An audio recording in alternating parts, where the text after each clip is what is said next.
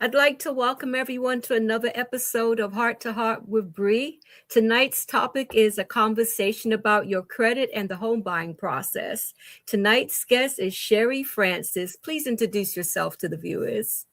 Hi, good night, everyone. I'm Sherry Ann Francis. I'm a realtor here in New York, and I also a credit specialist and financial advisor. I've been doing it for the past 6 years.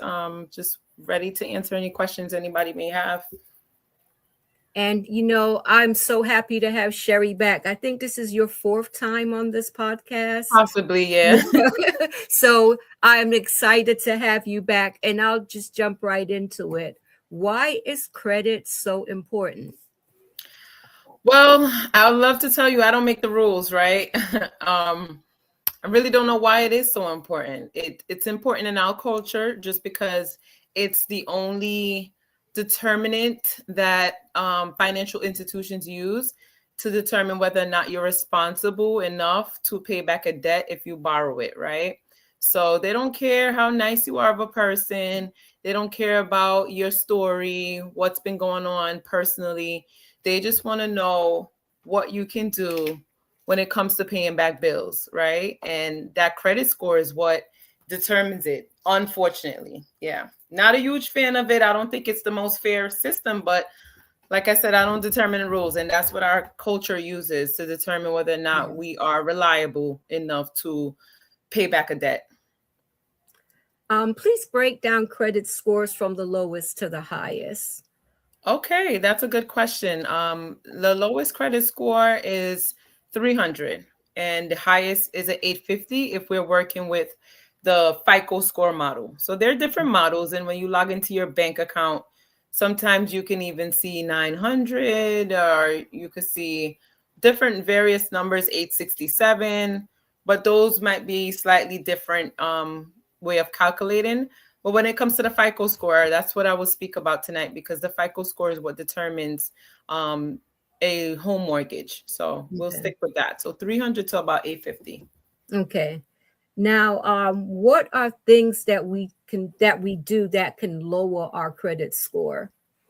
Oh, if you do not pay your bill in that 30-day grace period that they give you, one 30-day late payment can drop your score 100 points, 50 to 100 points. Um, if you max out your credit cards, that can bring your score down. If you continuously ignore your credit months after months, eventually that account will close and you will get a collection notice or something else that could lower your credit.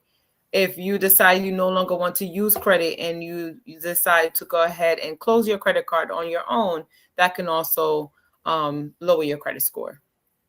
Okay. And now, what are things that we can do that can improve our score? So some of the things you can do to improve your score, this is going to seem very basic, but just communicate. I tell a lot of my clients a lot of times that if you're going to be late with a bill because they know life happens, one of the biggest mistakes we do is not communicate. Just with like your job, if you're going to be running late, they rather you call ahead of time and say, hey, I'm going to be running late, rather than showing up late. So it's the same thing when it comes to the financial institution. They're expecting you to build a relationship with them. And if they lend you money, they want you to just communicate. So a lot of times I tell my clients, if you know you're going to be late on a bill, and you can call ahead and let them know. A lot of times the institutions will give you a grace period longer than the 30 days. They don't even need to know why. As long as you call, they'll extend that grace period. And for those of you who already are late, you can still call and say and explain your situation. And sometimes they'll put in a process where maybe the next 3 months they won't give you a late mark. But if you don't communicate, then it starts to spiral and it goes out of control. And then that's when things start happening. So I would say, I think that's the most simplest one. It's just treating it like a relationship. Yes, that I like how you put that. Now, is it a long and tedious process to get your credit on track? Yeah, it is. It is, because a lot of times, once it's damaged, you're kind of like building back from scratch, right? Just like I'm gonna always use the analogy of a relationship. Once that trust is broken, it's hard to build that back up. So, Yes. removing collections, removing late payments, they have to have good worthy, right? Why are we doing this? And so I like to come from a space of more preventative. So I know a lot of people are already in the hole, but if you can take the habits of starting to just try to prevent things from happening, it would be much, much easier because it is hard to build back. I like to tell my clients anywhere from 6 months to a year. Sometimes it took years to ruin it. So it's going to take some time to build back. It won't just be overnight. Now, what do you do for clients who have a poor credit score and you're trying to help them to restore it, to bring it back to where it's good, where they can make major purchases?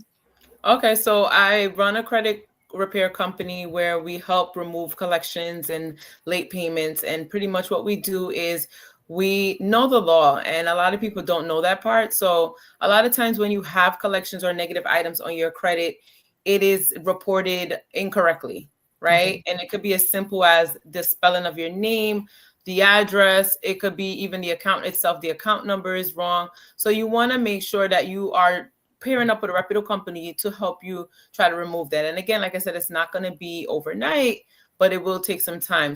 So we write dispute letters, and those dispute letters pretty much go to each credit bureau, Equifax, TransUnion, and Experian. And it takes several rounds of those letters to be successful. So again, patience is needed when doing the process, but there is credit repair that can help. It's just not an overnight process. Now, for someone that would like to use your services, how can they get in touch with you? Right in my DMs. It pretty much is all over my page. You can text me. My phone number is 917-753-3640. A lot of times people just text me credit. I do a quick evaluation just to see where they are. And if necessary, we set up a phone consultation, because sometimes the program is not for everyone. A lot of people come to me and they don't even have credit.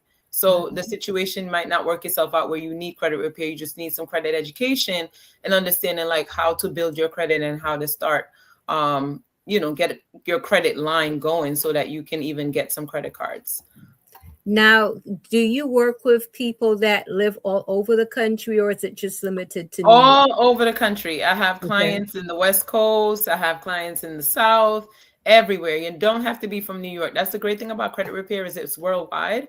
So yeah, all 50 states, as long as you live in the US and you have a valid social security number, you can get your credit repaired. And I've said it in a previous episode, I can vouch for Sherry. Sherry is the real deal. So don't be afraid to reach out to her. Now, I have to ask you, Sherry, now, what is the credit score that is needed to purchase a home? So it depends on where you are, what institution you're using, and what program you're using, right? So there's different types of program. They have programs for first-time home buyers that the score might be a little bit lower. I would like to say as long as you're over 650, it's a nice spot to be in, right? Sometimes it's not so much the number, but it's what's on the credit report. Because I've seen folks with high credit score get denied because they may have 1 or 2 late payments, right? When you're going to apply for a home line of mortgage, it is a 30-year loan. So they're very cautious. They want to see your credit history. They want to see that length of credit. How long have you been with credit? Because if you're fairly new to credit, you only had credit for maybe a year or 6 months, they don't really have anything to go by, right? And you could have a 700 credit score with a new credit. So it's not so much, I don't want people to get so caught up on the number. I want you to get caught up on the healthy habits of making sure you don't have any late payments out. That's a really, really big one. It's a big red flag to banks. If you have a late payment, they kind of like, well, again, they're going to go back to what I just said. Why didn't you communicate? Why do you have this late payment? And they get afraid. They feel like if you have a late payment, you're going to have a late payment on your mortgage, right? And nobody wants that. So I would say anybody looking to buy a house now, definitely try to improve your credit score, but work on those habits so that you don't have any late payments within the past 2 years, no collections. The past 2 years should look really clean so they could see that you can stand on your own at least for 2 years so that they can trust you moving forward. And, there are apps out there to help you keep track of bill payments.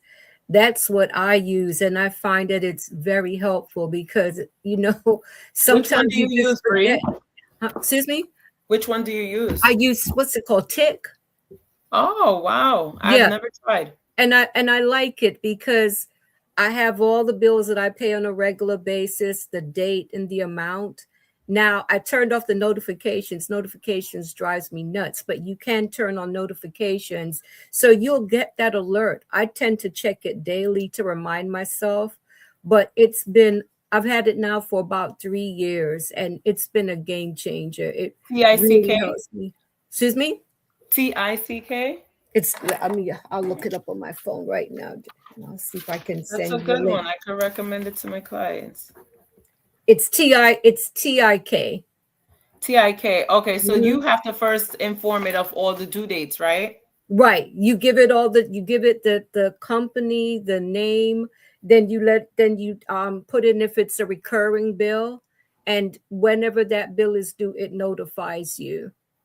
And I then like it that. helps you to keep track, because like it shows me at the beginning of the month how much I have to pay out. Okay, so it's that what Bree has created is a system. And I tell people, find your way, find your niche. I still like to write on my calendar. Yes.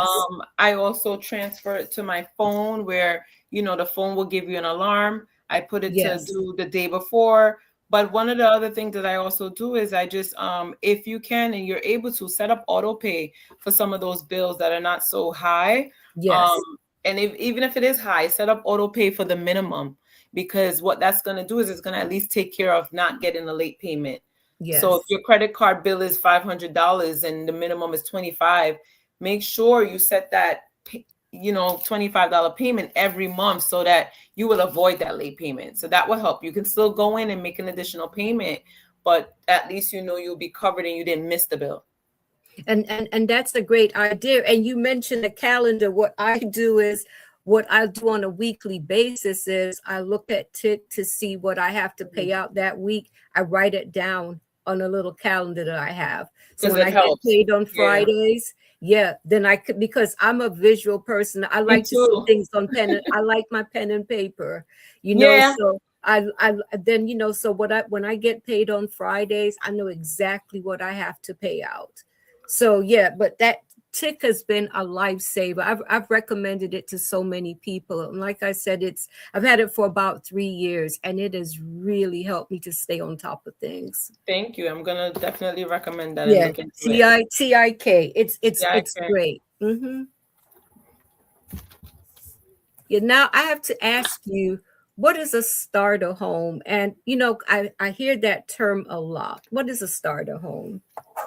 Again, I'm never going to give you a textbook definition. So I would think it's up to the person, right? Each individual, a starter home is going to be different. For me, it might be a condo. For you, it might be a single family home. For somebody else, it might be a multifamily, right? So I don't think there's one set answer. It's whatever you are pre-approved for and what you can afford. So I would just say, I guess a starter home is the first home that you get. Right? It's going to look different on everybody. Everyone has a dream home, but that might not be your starter home, or your dream home might be your starter home. It depends on where you are in life. I get a lot of older folks that come to me and they're like, I want to downsize. I don't want to have a house anymore. I want to get into a condo or a co-op. Which may be a starter for someone who's in their 20s or 30s. So it really depends on the individual. But I would say no matter what, if you're just starting out, you just got to be prepared. You have to have money. You have to have a down payment.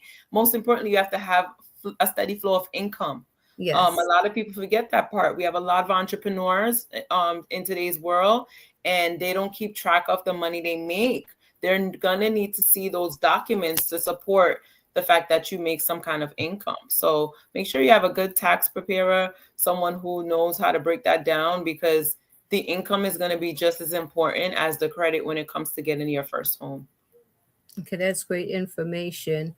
Now, is it wise to buy a used home? What do you mean used?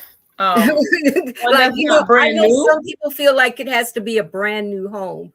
Personally, I live in New York, and a brand new home is far and few.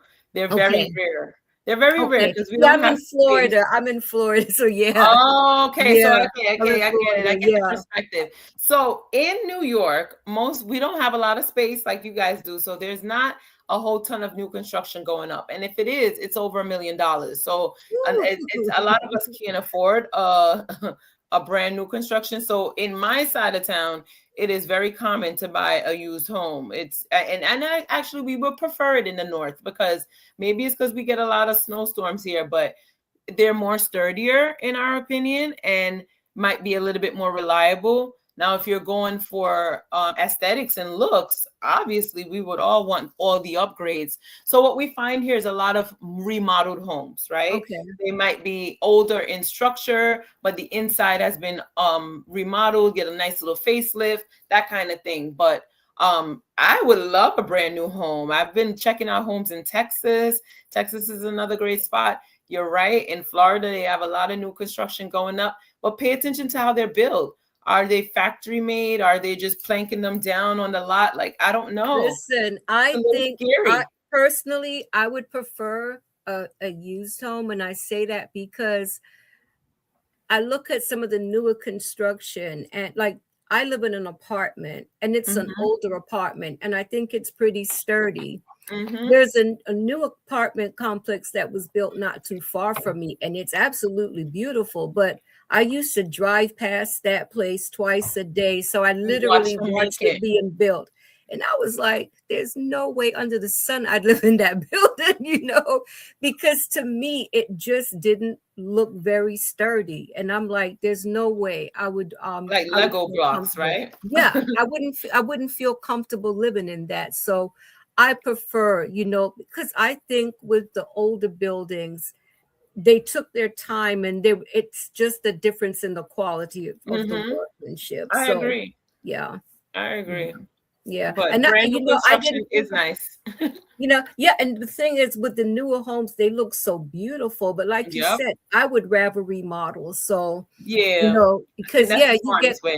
Yeah, because it's like you see everything shiny and new, but my thing is it sturdy? And then, I think of like here in Florida, we get a lot of hurricanes, so you think about things like that. Will the home be able to withstand, weather conditions if they're extreme? Yeah. So, yeah. So now my next question is, what is the most important thing to consider when purchasing a home? Location. I would say location. You can't avoid certain things, but a lot of people fall in love with, like we were just talking about, the aesthetics, the home, all that good stuff. But a lot of times you find the most beautiful, gorgeous home, but it's not in the right location for you, right? It may be too far. It may be too remote. It may not be culturally sound for you. Parents who are looking for school district, it may not be the right school district. It may not be safe. It may, so you have to really think about the location, because again, this is a long time purchase. Unless you're just doing it for short term, you need to really think about the location of where you're purchasing a home. What are your neighbors going to look like? How is that going to feel? You don't want to be uncomfortable. True. You're paying a mortgage, the most expensive bill you'll ever have. Every single month, you need to be semi-comfortable. So I think location is key. And then we'll start looking at the pretty homes or whatever that is that you're looking for. But you got to sort out a really good location first. That makes a lot of sense, And I tell you, where I live, one of the things that attracted me to this apartment was the location. Good. Because it was a 7-minute drive to my job. I work from home now, but 7-minute drive, and then the restaurants close by, Walmart's close by. It was ideal for me. My church is close by. Yeah, that's great. So it's like, it was, and I don't like to drive a lot. So I wanted the places that I go to know that they're close by. So I do think it is important to really take the location into consideration. Now, I'd like to talk about co-signing. I know that co-signing can cause a lot of headaches. So I want you to explain what comes with co-signing. Just in general, or with the home buying process? With the home buying process. Okay, so what co-signing is pretty much if you go to get a loan and your credit isn't strong enough. A lot of times the lenders would suggest, is there somebody else that you can use that can help us get this application through with much better financial portfolio, right? So you go get this cosigner, but what a lot of people don't understand is that that cosigner has equal responsibilities. So whatever you're responsible for, they are also responsible for. So the person who's on the, I guess, the person who's on the upper hand, who's lending a hand, should be very careful as to whether or not they want to make that move. Because if anything happens to the individual who they helped out, you're financially responsible. Cannot separate the two. So that's why it's a little dangerous to co-sign, because it's just, people don't think about it, right? And then that debt is also on your credit. So if Yes. you haven't bought a house and you co-sign for someone and now it's your time to buy a house, it could impact you because you now have this huge debt already on your credit. So you may not be approved for the amount that you could have been approved for because you already have that other house on it. So it depends on the time, you know. A lot of parents I see do it, and it's okay because they're older and they're probably never going to think about purchasing a car or home again. So it might work to the child's benefit, but it's kind of scary. Yeah, and I really wanted to ask you that question because there are some people who they put a lot of trust in their friends and family members, and they'll come and they'll sing a beautiful, sweet song to you, make all these promises, Yeah. and then it's like you're left in a bind when it's like, you know what, my name is on the dotted line. I can't get out of this. So I think it's something that if someone approaches you about co-signing, you really have to think about it long and hard. You know, it's not something I think I'd be willing to do, to be honest with you. I wouldn't suggest it. 99% of my clients for credit are in the trouble they're in because they co-signed for someone else. Yeah. So Yeah. how unfair is that? You know, I you were think that's so very, and nice. you're trying to do something out of the goodness of your Yeah. heart. And I don't Yeah. think most recipients do anything intentionally. I just think that life happens and you can't predict when life is going to happen. I've had people who they've leased car for other people and then the car got into a car wreck and now both of them are in trouble. You have Yeah. people who passed away. You don't know things are going to happen. So it's definitely a sweet gesture, but it comes with a lot of responsibility. And I think people need to understand it before they sign that line. Definitely. Definitely. Now let's talk about home inspection.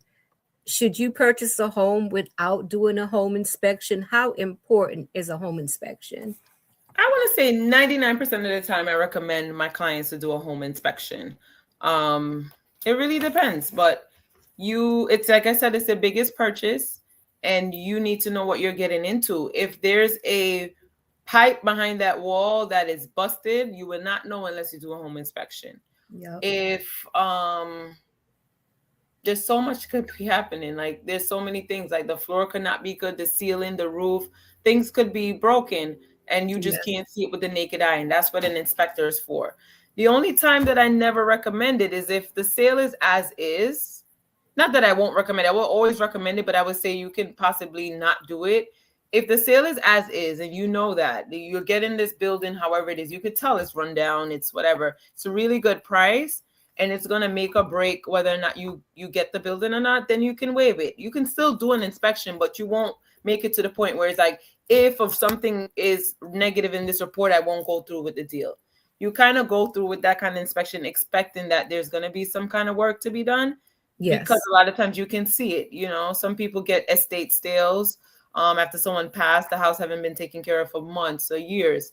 And you just want a really good deal. So some people will bypass the inspection. But in general rule of thumb, it's going to be an investment. Inspections do cost. They can cost anywhere between $600 to $1,000 or $2,000, depending on the size of the home.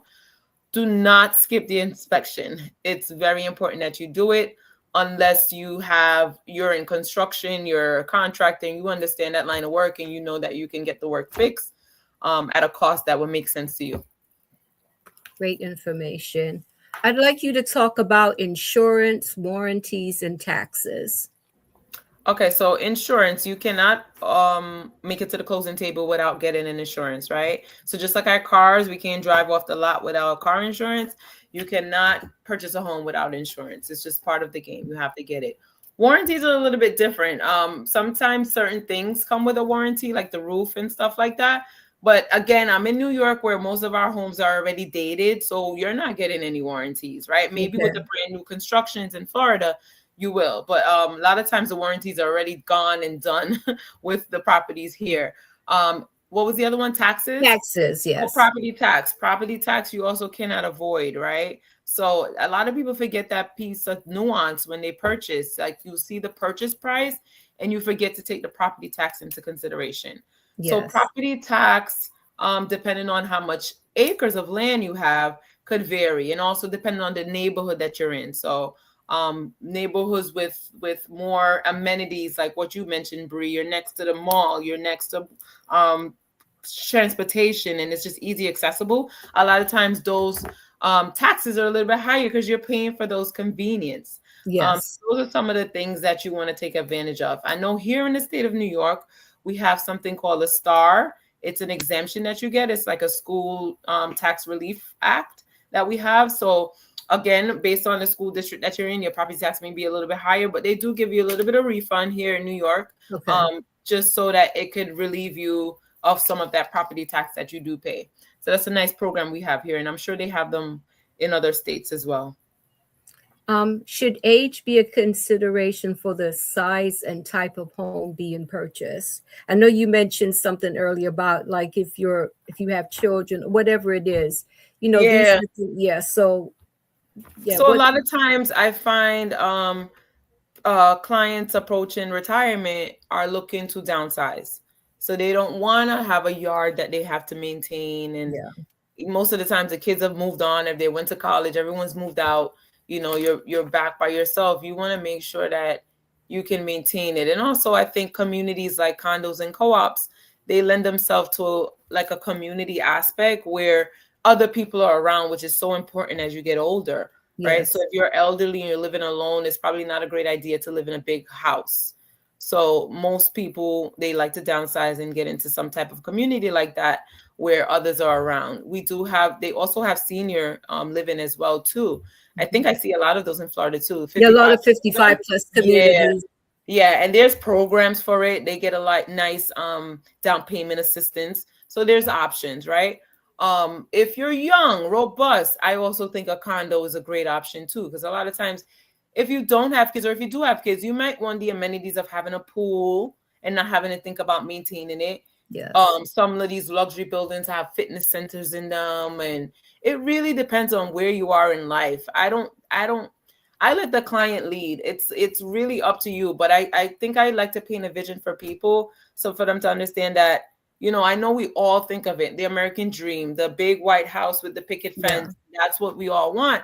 But when you really look at what's on paper, and especially how the economy is today, it may not be your ideal home right now, right?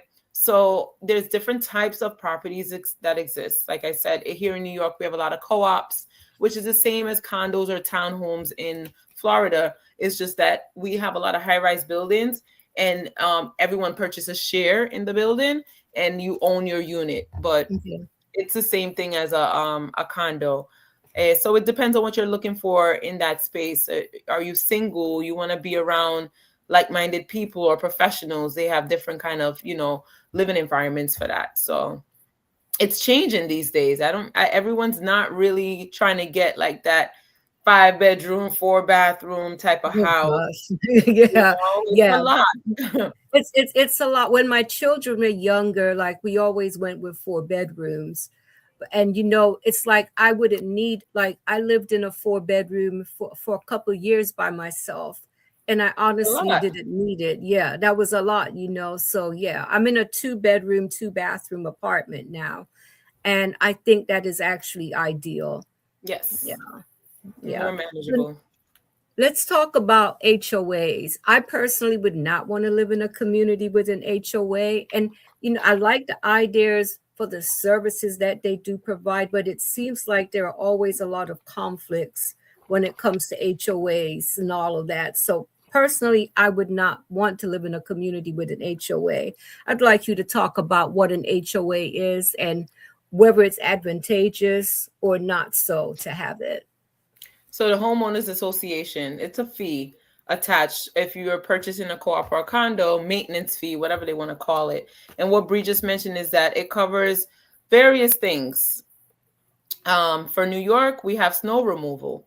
When it snows really heavy, like we get 12 inches, almost a foot of snow, they'll hire someone to come in and remove those snows from your parking spaces, your walkways, the grass. They maintain the grass. Also, trash removal. What else? Anything on the exterior of the building, they're responsible for. So one of the nice things about HOA, I'll talk about the positives, I guess.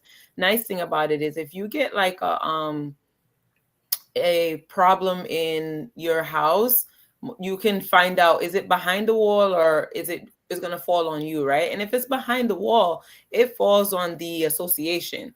So that's the nice thing is like, so if you have a huge plumbing issue, if your shower blows up or whatever, you know that you're not going to now take out $3,000 or whatever it may cost to go pay it. You've been paying your homeowners association that fee. Typically, they'll bring in a plumber, they'll work on it, and you won't have to pay anything, right? So that's some of the perks that I do like about it. However, the negatives that a lot of people see is that this homeowner association is typically ran by a board. And the board is just people just like me and you. They're residents who live in the community. They don't have any special degrees or it's no qualification to do this job. You just took on an interest to want to have the same interest of heart of everyone in the community. And you would hope that they have your best interest of heart and they will manage and, you know, carry out the duties appropriately so that the money when it's being collected is used for the right reason in the right way. And if you have a board that does it correctly and does it really good, you could have a really good situation where you're paying your HOA and you feel like your money is going to your money's worth. However, just like any other business, people suck and they do bad things. And if it's not being ran or managed properly, then it could fall on the homeowners. And then that's when it becomes like a lot of conflict and it seems as if you're wasting your money. But I would never say not get it. I see perks to both. So it really depends. Do your research. If you're looking for that type of property, you have the right to research the board and the type of management that they're under. And you also, before you enter in that contract, I would always recommend to review the financials of the building and how they stand. When was the last time they had an outstanding debt? When was the last time the roof was fixed? Because if the roof needs to be fixed and they haven't fixed it in over years, and now you come in, they might charge you an assessment on top of the HOA. To help fix that roof. Not a bad thing again, because again, let's think about your single family home. You're living in a single family home. You need to fix your roof. The insurance is not paying for it. That could be $50,000. So you really got to take, it's apples and oranges. You really got to figure out what works for you and what do you like. I like to say that an HOA is savings that you're putting to the side, mandatory, versus are you that type of person that can save that money on your own if you're in a single family? And when that emergency arrives, then use it appropriately. So what type of person are you? Do you need somebody else to save it for you, or can you do it on your own? Great information. Let's talk about down payments. Down payment is kind of scary, right? So in today's market, and I can always only refer to New York because that's where I'm licensed in. In today's market, it's very typical for a down payment to be 20%. And that's a huge chunk of money. Huge chunk. We could just use a small number. If we're looking at $100,000 home, which doesn't exist anymore, right, Bree? No. See any $100,000 homes in Florida? Because I don't even know if you can find a shoebox for that. It's really, really expensive, right? So let's just use that small number because it'd be easy for us to calculate. 20% of $100,000 is $20,000. That's why I didn't want to use anything higher. That's a lot of money. So if they require a 20% down payment, you need to have $20,000 already saved up. That does not cover your closing costs. That does not cover the inspection we talked about. That does not cover the insurance you're going to pay for. That does not cover anything. It's just a down payment. So they expect you to have $20,000, and then the rest, the $80,000, will be financed. So that's what a down payment is. So There are programs that would allow you to put as little as 3%. There's 5%, there's 10%. There's different ways you can work it out. But I'm seeing lately the norm is anywhere between 10 and 20%. Okay. Okay. Now, are there special programs? I believe I've asked you this before. Are there special programs in place where there's a grant Yes. for down payment? Okay. They have, a lot of them are based on your income, but they have programs here in New York like NACA. They have the FHA loans. There are any veterans listening? A lot of veterans get a lot of different aids. They have a lot of grants that they can use as well. Okay. Down payments sometimes are waived. So it's really, really important to just research and know what is available in your state. But there is a lot of assistance, and a lot of people don't talk enough about that. Just like when you have a child going to college for scholarships, it's the same thing. You have to do your research, and you have to look at it, and you have to apply early, and you have to make sure that you meet the requirement. And unfortunately, some of them do require decent credit as well. So read the fine prints. Some of them, they have stipulations where not that you have to pay it back, but you're not able to sell the property within a certain time frame. Okay. Or if you sell the property, some of the proceeds have to go back to the grant. So people have to just really be careful. Nothing free is free.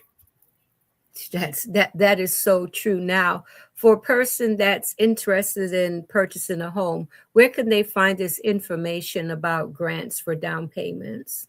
There's websites that you can look it up, right? So Google's my friend. You go on Google, research it. Like I said, for your state, it might be different. And whatever comes up, once you partner with a trusted realtor that you want to work with, hopefully they'll be able to guide you. And also partner with a lender. The lenders usually have this information. Okay. Now let's talk about choosing the right professional.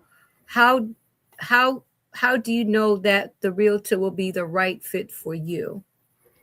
So I typically do a consultation so I can explain to my clients what it is that we're going to be, what is the home buying process like. So I like to educate and inform them on that. And also my guarantees to them, right? What am I going to give you? What should you expect on this journey? Communication is my thing. I feel like without communication, nothing's going to work. So, setting up is some expectations in the beginning, letting your client or whoever, this is how I communicate. This is when we can communicate. This is what I expect from you. Have that mutual respect. I think you would know when you're speaking with someone who has your best interest at heart, right? You have to partner with someone you can trust. This is a big financial decision. It's transactional, but it's also based on a relationship. And if you cannot trust that person to make decisions on your behalf, then it's not going to work. So definitely just, again, do your research. A lot of us, we have reviews on our Google pages. There are reviews from actual clients. So you want to read those, make sure the reviews align with the person that you're talking to. But it's just like anything else. You step into a bank and you start talking to the person that you get. If you don't like them, switch, you get someone else. So, you're not locked in for life with anything. There's always options. But I think just having that relationship and communicating with someone that you can trust you'll kind of know when you find that right fit.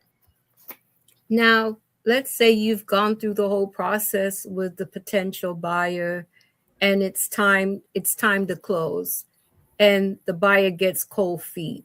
Does that ever has like that the happened? night before closing? Oh, wow. That is scary. It does happen. First-time home buyers do get scared. It's never happened to me only because I'm making sure I'm walking you through every step of the way, always asking, do you have any questions, any hesitation? Because I know how it feels. I remember when I was purchasing my first home. So I always try to put myself in that shoe. So yes. I'm always asking, but it can happen. People have walked away. And I think a lot of it is just the process moved so quickly and they didn't understand. Somewhere along the line, they were fuzzy and they didn't raise their hand and ask that question. Always ask questions. It's very overwhelming. You're signing a lot of documents. Now in our world of technology, everything is on DocuSign. You're signing electronically and, be that person and say, hey, what exactly am I signing? I read it. I still don't understand it. Can you break it down to me? So again, It's always going to come back to communication, but it can happen. The legal ramifications of that, you cannot purchase a home here in New York without an attorney. So your attorney will also walk you through the process. And if you do get cold feet, you got to let your attorney know. A lot of times your earnest money deposit, that down payment, it's going to be hard to get it back. So Okay. that's why I think a lot of people, like, it's very hard to walk away at that point, because that 20,000 is kind of gone. So you Yeah. want to make sure that, I mean, you can go through legals and fight it and go in the courts and try to get it back. But think about that seller as well. That seller kind of made preparations now, moved on, possibly even paid down on another home for themselves because of the actions of yours. So if you're not entirely sure, just ask questions along the way. Yeah, that should not be happening. But it does. And it's just, it's a waste of money. Yeah, and a waste of time, I guess, Yeah. the realtor, the lawyer doing all of the, the work that Yeah, they it's a lot of do. work. Yeah. Yeah, I can understand that. Now, for a person that's purchasing, and I guess that this goes with the last question, before they come to you, how sure do they need to be that this is what I want to do, so they're not wasting your time or theirs, and having an understanding that, okay, because I purchased a car recently, and it was an overwhelming experience for me, Yeah. because I'd never purchased a car before. And I do believe that if you're not very knowledgeable about certain things, I do think that they can take advantage of you. Yes. But I believe that. So the thought of purchasing a home, oh my gosh, so it's like, what should a potential buyer take into consideration before walking through your office door to seek your services? Well, one, a lot of times it's really just comes down to the financial preparedness. If your credit score meets the requirements, if you have that down payment saved up, and then your motivation, right? What is the reason why you want to move, buy, whatever it is? That motivation has to be really strong. It Yes. can't just be like, I want to move. Like, why? Most people want to move because of a relationship, kids, or a job. Yeah. So once those motivations are identified and you have the financial capability to do it, then I can tell someone's very serious. The next step is to get pre-approved, right? Okay. And sometimes I meet buyers who are already pre-approved. So I know they're so serious because they went to a lender and they wanted to find out, how much can I spend? Yeah. And that's the difference between the home buying process and the car process, Bree. I went through the car process too, I think, what was it, 2025? Yeah, just last year. And it was my first time too. And it was pretty scary because Yeah. I went in there, I didn't want them running my credit. I was like, I have perfect credit. Do not even run. I know I can get a loan. But it was, at one, I don't have a dream car. I didn't know what I want.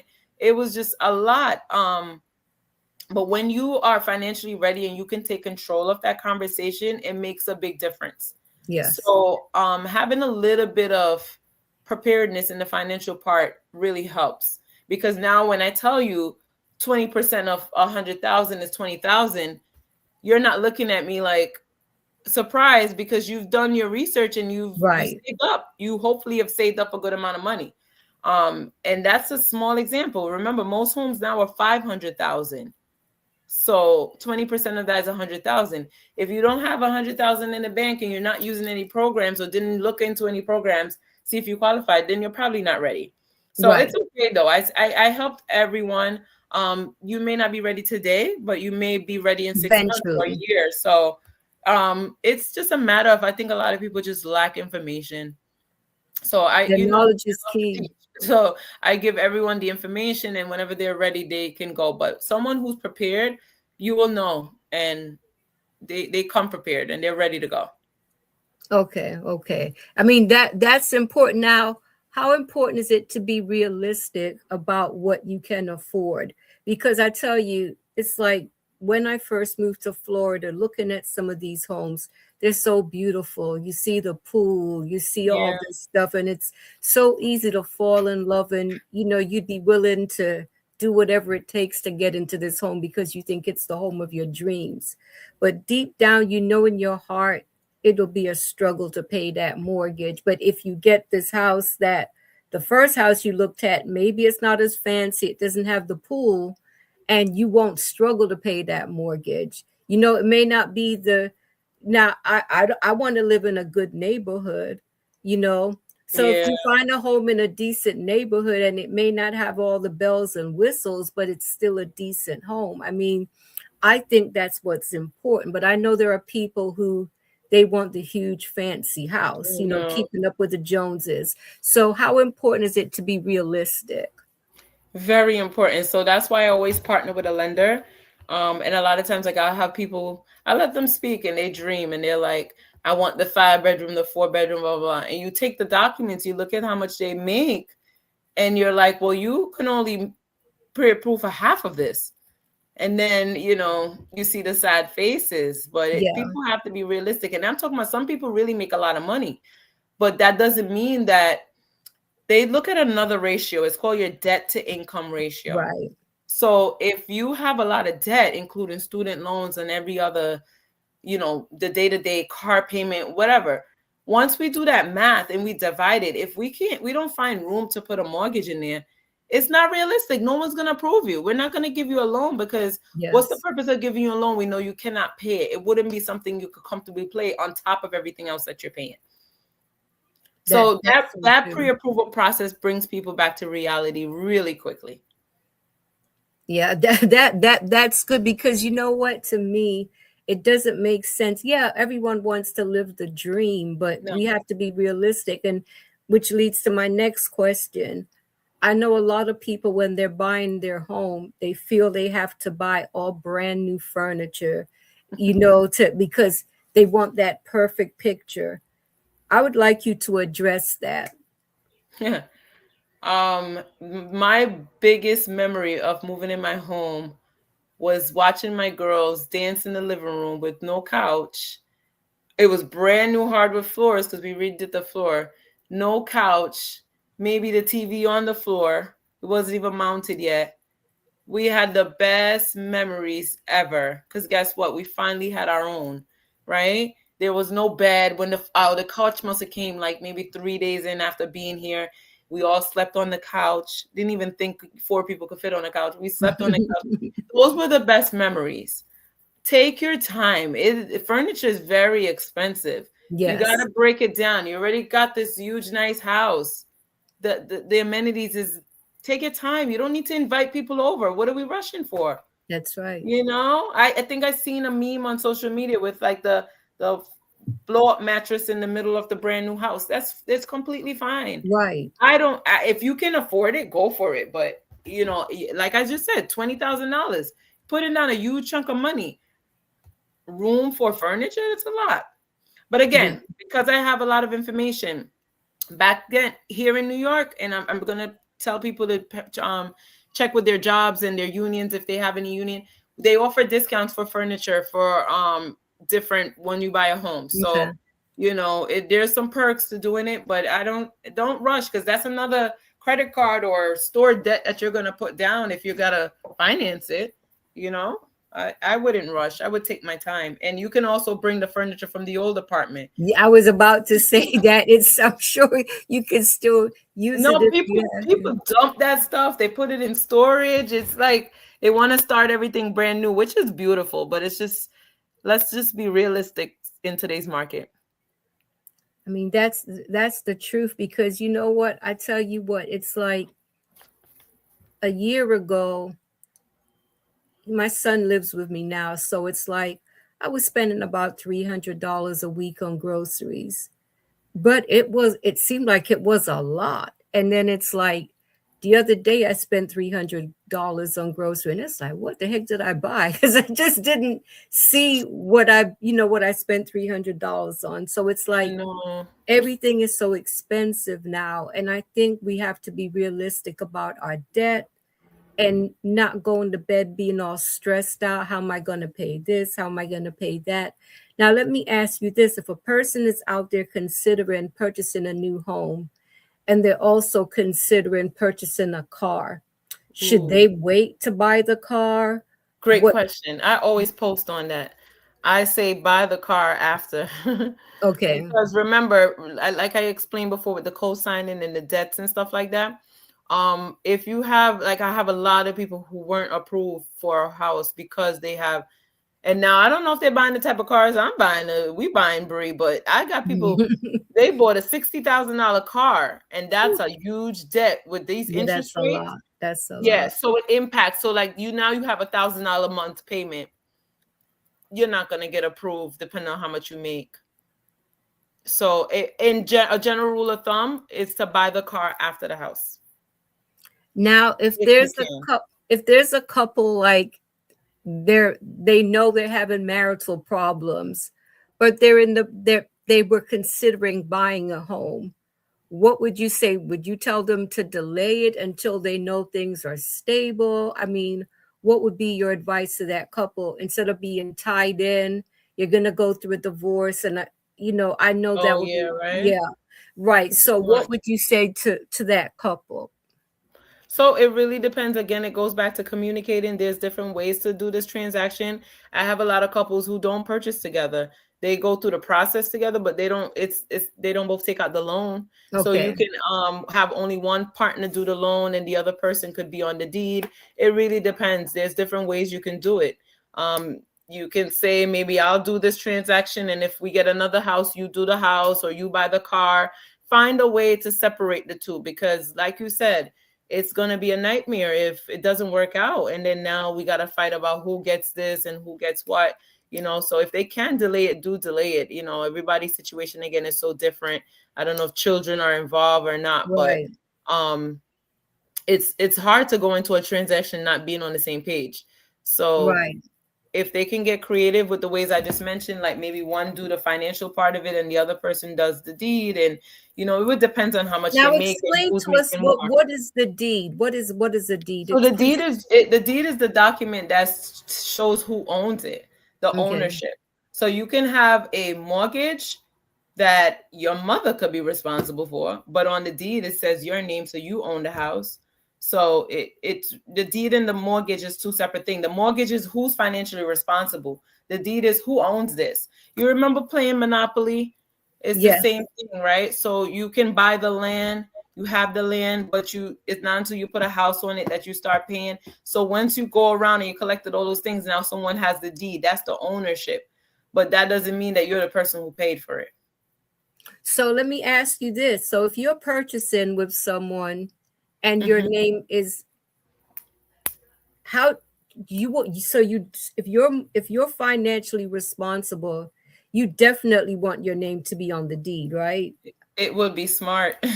Okay. That's I It would be see I smart. I never I didn't even think of that. So if a couple is going into a purchase, would you say, like, for instance, a wife and her husband saying, I'll put my name on the deed, we don't need your name on that deed, That's a what red would you flag. That say don't to sound her? too right. Not if they're both paying. So Okay. the rule is, if you both financially responsible, you both should be on the deed. Okay. Yeah. Wow. See, But you I can didn't even separate it think for different reasons, right? So, I know a lot of couples who one own a home and another one own a home. So that makes sense, because financially I'm on this mortgage and not you're on right. this one, so that it's not two. So that helps too. So it could be done for various reasons, but you want your name on the deed. The deed, if anything happens, the deed is what's recognized, the Yes. ownership of it.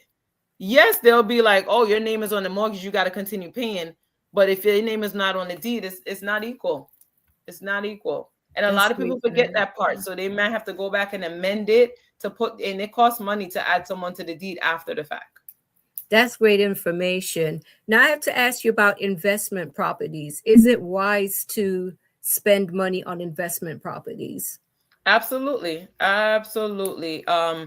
Depending on your take on it and how you are you a property manager? Are you into that stuff? Some people get into deals that they can't manage. But if you're good at that stuff, real estate is one of the fastest ways to make income and capital, right? So depending on the type of person you are, I would suggest it. And I don't know if you see these reels on social media, they've been suggesting buy a multifamily home for your Yeah. first home. so that you have an investment part of it. So the strategy with the multifamily is you buy the multifamily, you rent it out, you're getting income, you take the income you're making from that property and now buy your dream property, and that's the house that you live in.